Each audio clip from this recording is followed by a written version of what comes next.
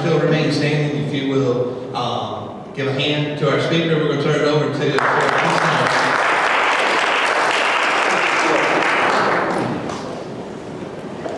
Thank y'all for the invite. I'm not going to stand up there. I think I talk loud enough that I don't need to stand there.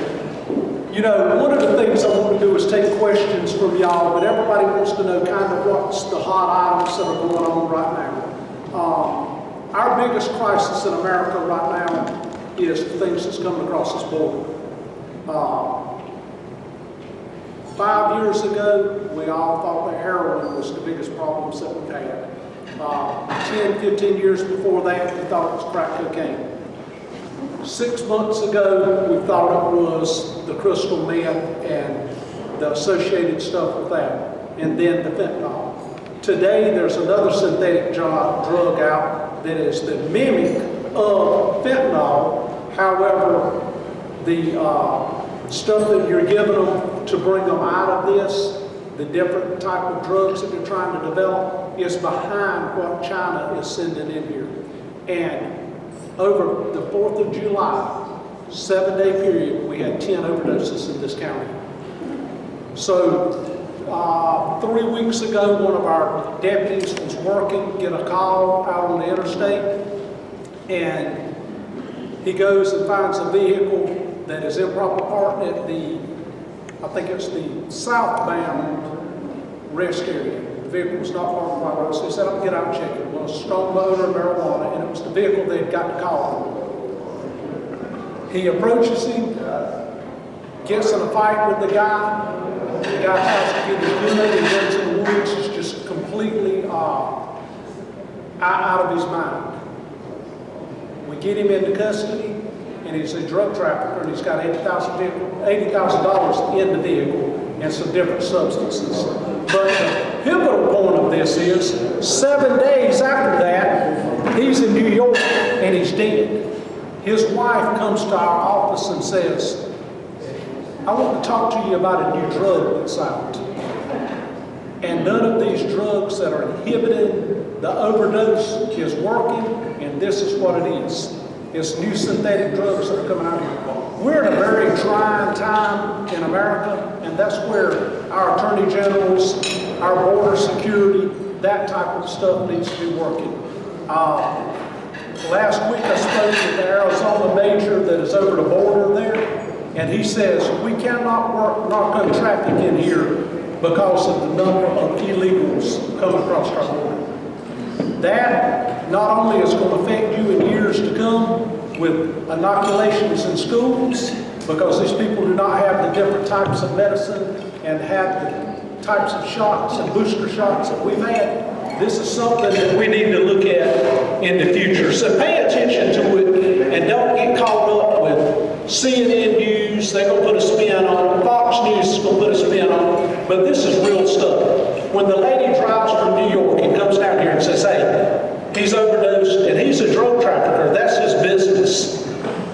And then there's new drugs out here today that are causing this type of stuff. I urge each one of you to look in your community, in your church groups and things of that nature, what kind of programs we have available now for the people that are on these drugs. And one of the things that I'm seeing that's positive with us with Nash County is we're doing a pilot program, bringing in a member's assistance team or a medical assistance for an inmate that comes into our jail. We're in hopes if he spends 30 days in our jail and the withdrawals have subsided and the ability to get the different narcotics out of them, instead of Narcan that a lot of places are putting out here just to be able to save their life if they OD, put them on a program that's a little bit more expensive, but to take those withdrawals away. And hopefully within the next few months we can have that set up so that we have the different medications that you're not going to re-offend with it. That's one of the big things that I'm proud to see what we're doing. Our Attorney General, who is from here, Mike Easley, has committed his resources to help us in the narco trafficking of the different drugs that's coming here. He's done a wonderful job in helping us take these cases federal.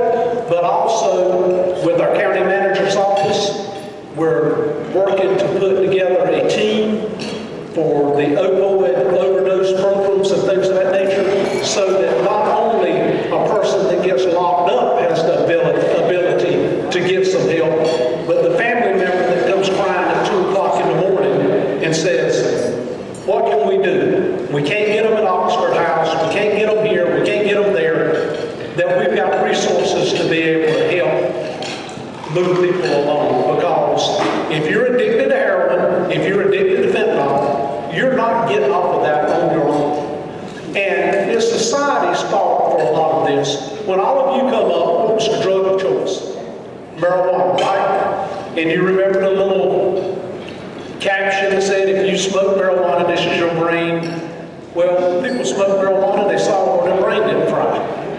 And then we were told if you own cocaine, you're going to die. People didn't die. I'm telling you now, if you try the mere end of the ink pen of heroin, you're addicted to it. And fentanyl, if you keep offending, it's not if, it's when you're going to overdose and die. And now you've got the different types of synthetics I was just talking about. Narcan is not going to work on it.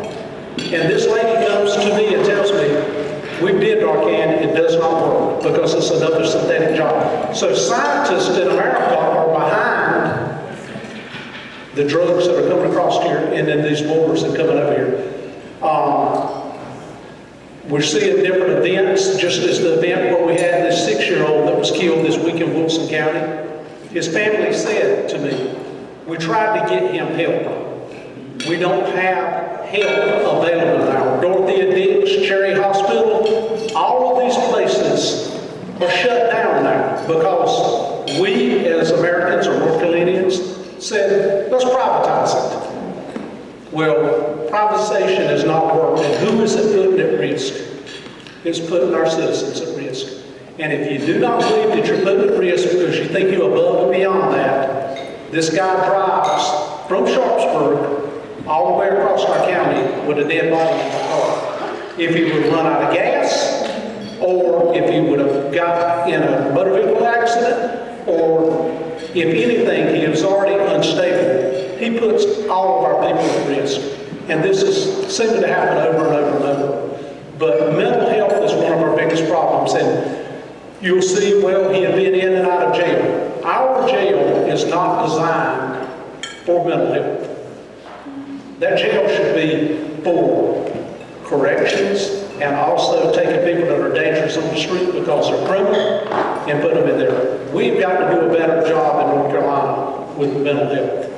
So that's kind of the issues of where we're at today, saying, what's the things that keep you up at night? It's the things that are not available right now that North Carolina and America can do better. And the two things that I can say that we can do better is, one is more mental health facilities.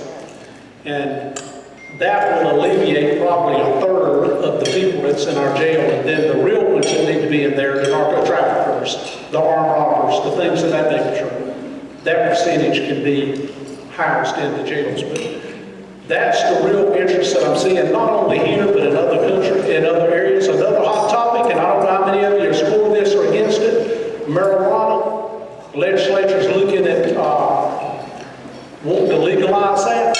I can tell you now that's the worst step you're going to make. Look at the other areas that have legalized this, and it's a slippery slope for every drug out there. And the areas that have Colorado, California, it demises your community. And do you want another narcotic that's available to your people? They're pushing more THC, more THC.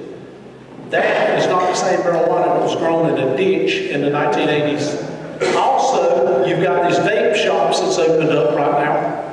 And if you will notice where these vape shops are, they're beside your middle schools, they're beside your high schools, they're beside your college, and these young people are getting addicted to this stuff all the time. That's the stuff that North Carolina we need to be looking at. Instead of legalizing this type of stuff, making it illegal. And it's not Democrat, it's not Republican. It's doing the right thing for our communities. Because after your kid gets addicted to it, it's very difficult to get them off of it. We saw what the addiction was with cigarettes. And finally, America's got pretty smart with that. We made it illegal to smoke in restaurants. How many of you go up and down the road now and smell marijuana? Or the lady that's living in an apartment complex calling me in the city of Rocky Mount saying, "You've got to do something about my neighbor over here because it's coming through the vents and coming through my..." That is nothing that we need to be legalizing here in North Carolina. There has got to be some, I'm not a doctor about cancer or anything of that nature, but there's got to be a better alternative than legalizing marijuana. So that's the topics where we're at and the things that I'm seeing. But I want to take questions from y'all. I can sit up here and talk all day long, and then you're going to leave here and say, "He didn't do anything but talk, and I didn't get to ask my question." So any question you got, give it to me. Yeah, well, first, I just want to say, I was in shock the other day. I think it was over by Southern Nash. It could have been Hampton Roads. I drove by one of these vape shops, and they had a drive-through. Yeah. And I'm sitting there like, I wouldn't even know what to do if I drove up there. But my real question is, it's been a little while now. Yeah, it's been a little while now, but I live out there in Franklin County, right past Redbud Church, where those maniacs wrecked their car. And nobody knew what was going on out there. I mean, the helicopter was flying by, we called the news people to see what's going on. Nobody told us they were armed until almost 20 hours later. I know you were in another county, but you guys were kind of in charge. The Franklin County, somebody broke into home, they drove back to make sure we're okay. So they had a guy in the driveway looking for some druggie who was trying to escape them on a tractor. They let us know what's going on. But I mean, is there the policy not to let people know that there's armed maniacs running around? And there's a lot of old people out there. Right. And the incident you're talking about is in Franklin County. I don't want to step on their toes about what they do. What we try to do is immediately, we've got Fighting Crime that is a self-sufficient news source. They put things out very quick, and we do on our sheriff's page. On Sunday morning, I was in church when this was called out with the guy that killed the 6-year-old and the lady, and we immediately send out a thing on our social media page, stay out of that area. You know, because we don't know what we have. When the deputies pulled up at the house, there was a single gunshot that come out the window. And at that time, we did not know it was self-inflicted. And, you know, I've got 5 officers, and we're trying to stop that threat. They're telling us, "Hey, there's somebody in the house."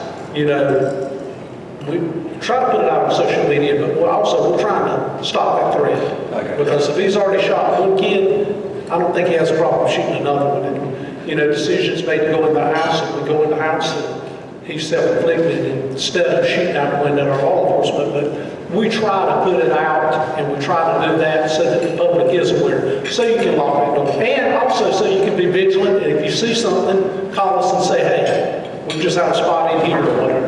Okay. Thanks. Yes, sir. We're a large county, Sheriff. How many deputies are on this vast county? How many deputies do you have patrolling right now, for example, or should be on the road right now in this large county? We've got 543 square miles, and we've got 95,000 people.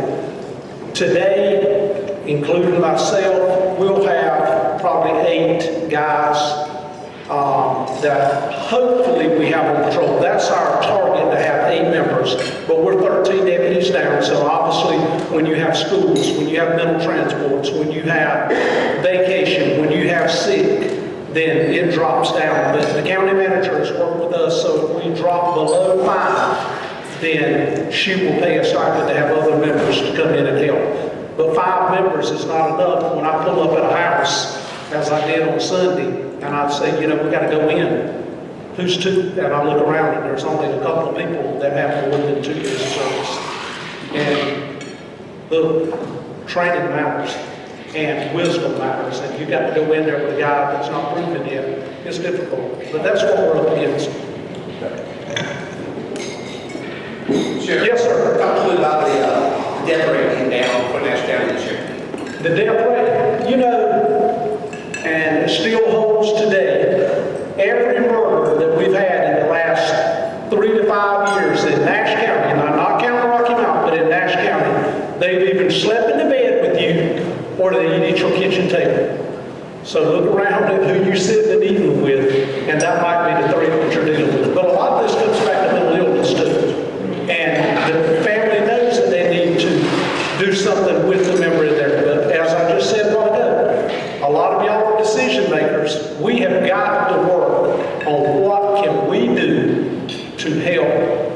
get mental illness back where people have long-term health care.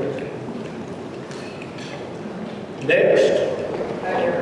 Yes, ma'am. Your department just received a 19% increase. Has that helped retention and has that helped recruitment? It has definitely helped recruitment on the lower end of the less than 2-year guy. Now, pulling them away from Raleigh or pulling them away from another agency, Virginia is not. And those small gains that the county manager put together has really helped. But what we've got to remember is by the time, if you want to come to basic law enforcement training, it's going to take 11 months for you to ever hit the road.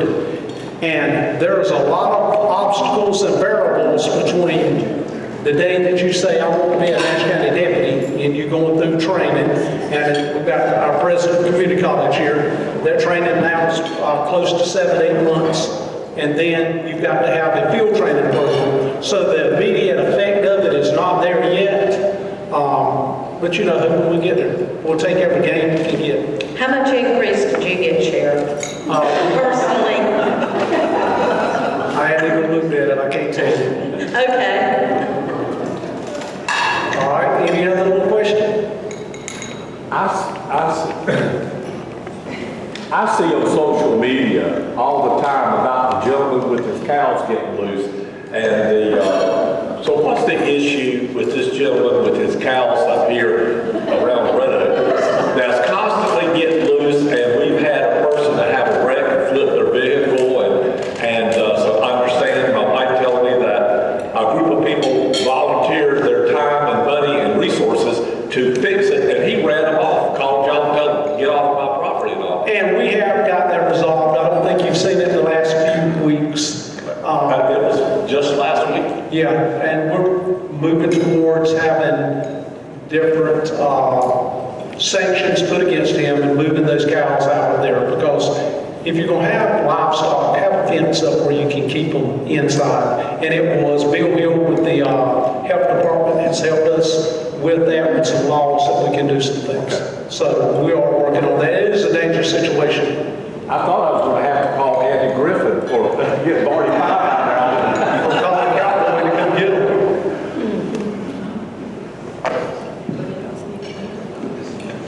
Just another comment. So you're talking about mental health. I've read a couple of interesting articles lately. I think yesterday in the Wall Street Journal, they were talking about a lot of the people that have the mental health insurance, even if the doctor says they need the treatment, they're denying the coverage. That's kind of nationwide. And this morning in the Virginia Pilot, somebody's suing the Hampton Roads Regional Jail because they let somebody kill themselves in there. I mean, it's a problem. I don't even, you're talking about some solutions, but it's just getting worse every time I look around. And every time you put them in jail, it manifests that. When you take a person that have mental problems and put them in a place where there's a lot of criminals, then obviously you've got a compounded issue. That is a true, real issue. That's where we're at.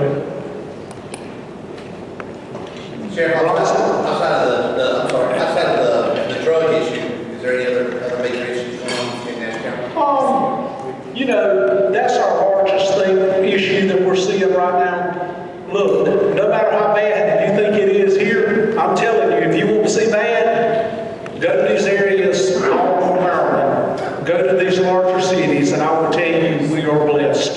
But what we don't want to do is close our eyes and become one of those areas and wake up and see that one day. And, you know, we've got very good resources here. It's just some things that we can do better. I was speaking to my sheriff buddy in Robinson County, where I'm from. He's had 18 murders this year. And it's just, you know, there's 7-8 years. I just had one of these persons in my jail here that's been waiting trial for 9 years. You know, waiting to go to trial. That's an overwhelmed court system. We're not on that point. We have a lot to be thankful for. Anybody else got a question? Yes, sir. We're here tonight to lobby in New York, Chicago, and all. What's the deal? They just don't have enough money to have a police force? What's going on? You say that about not enough money. Have you been up there and bought something? Go in there and travel up there one time. They got enough money. It's not putting the money and, you know, or don't have the desire to do that. But, you know, eventually, when the citizens say enough's enough, you'll change. As John F. Kennedy said in the 1960s, the community will get the criminal they deserve. And that still holds true today.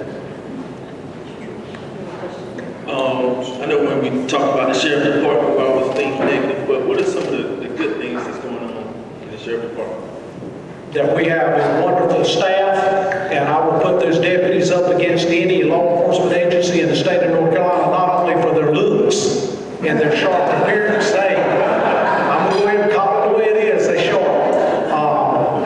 And the professionalism that they exhibit and the things that they do every day and the training that they've received. We get a call last Saturday before, times running together, of a homicide on Exit Road. Not one time did I hear any of my men and women complain for 2 days when we were out looking for 3 different shooters. They stayed out. Some of them went home, slept 3 or 4 hours, and they were right back to work again. And members came in to work.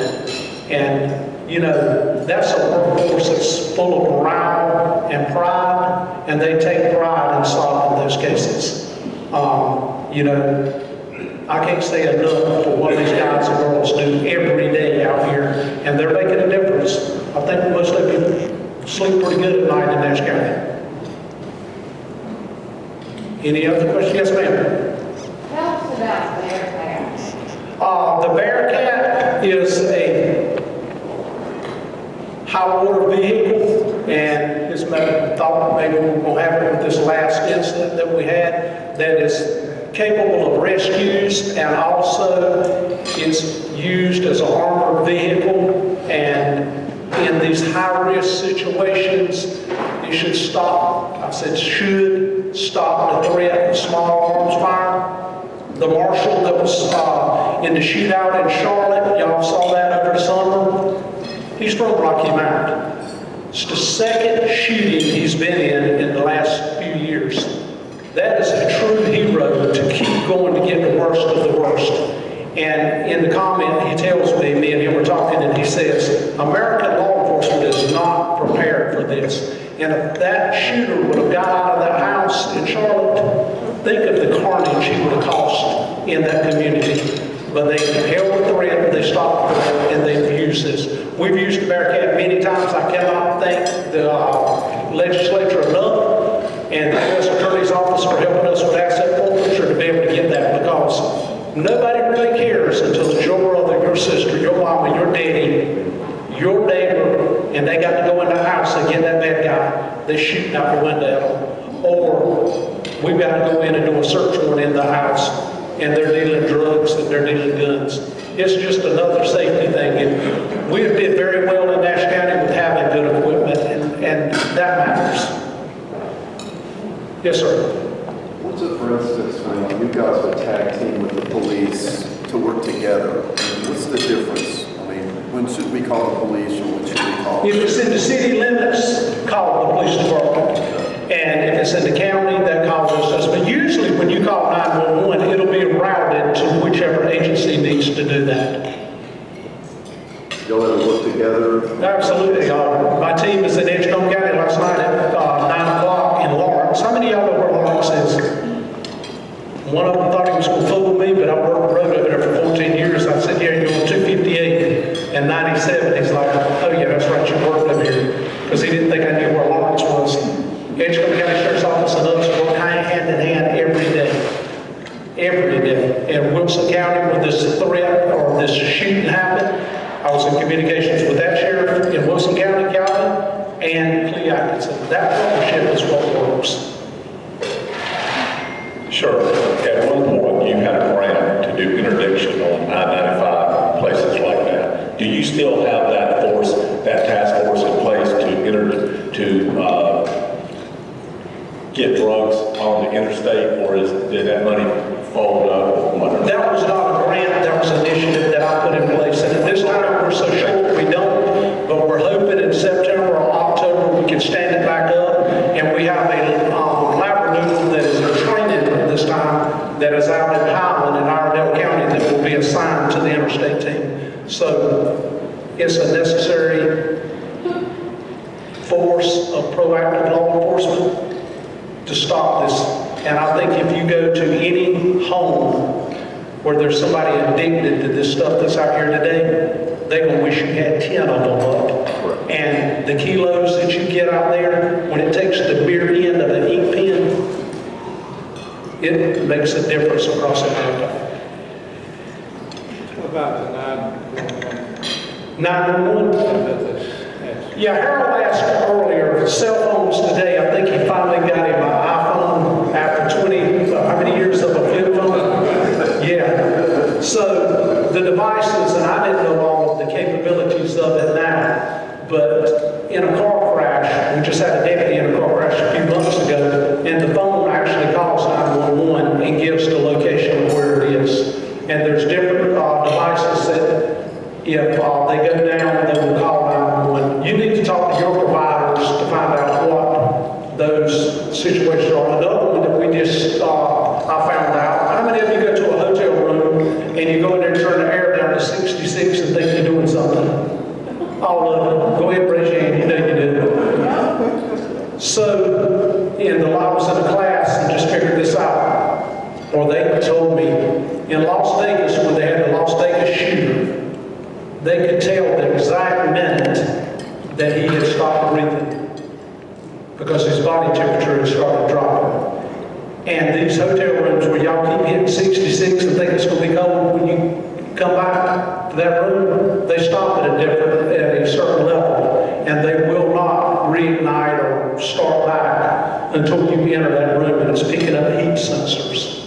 So there's a lot of science out there. So that's the reason it's not dropping out. I had to go all the way to Glencoe, Georgia at the federal training grounds to figure that out. So now I know what's happening. But with the cell phones, talk to your provider and they can tell you the different things for that.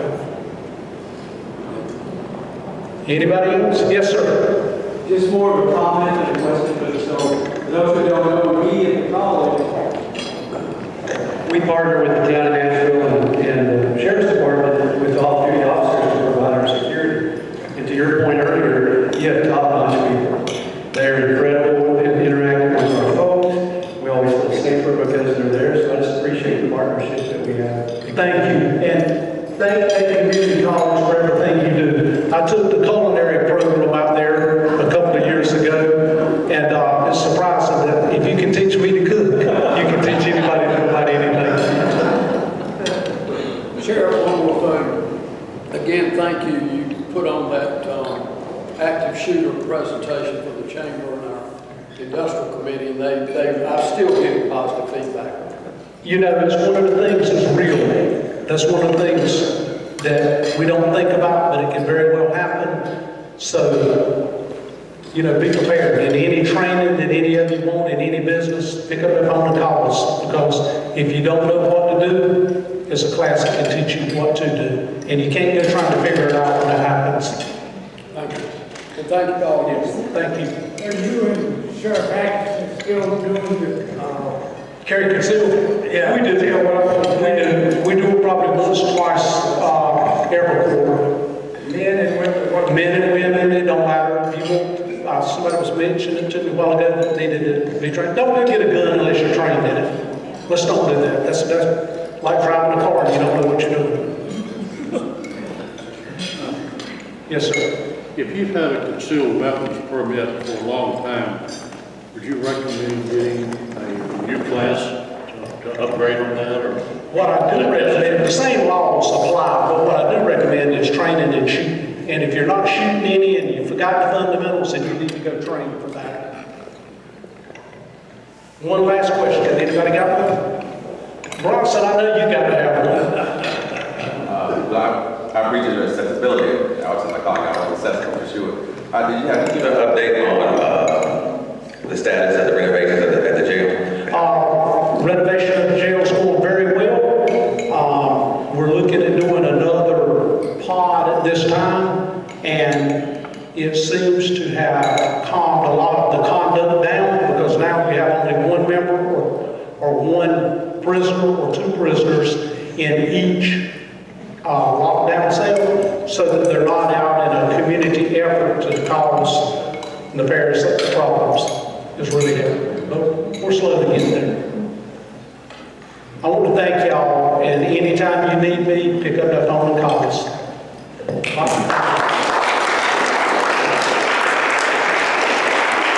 As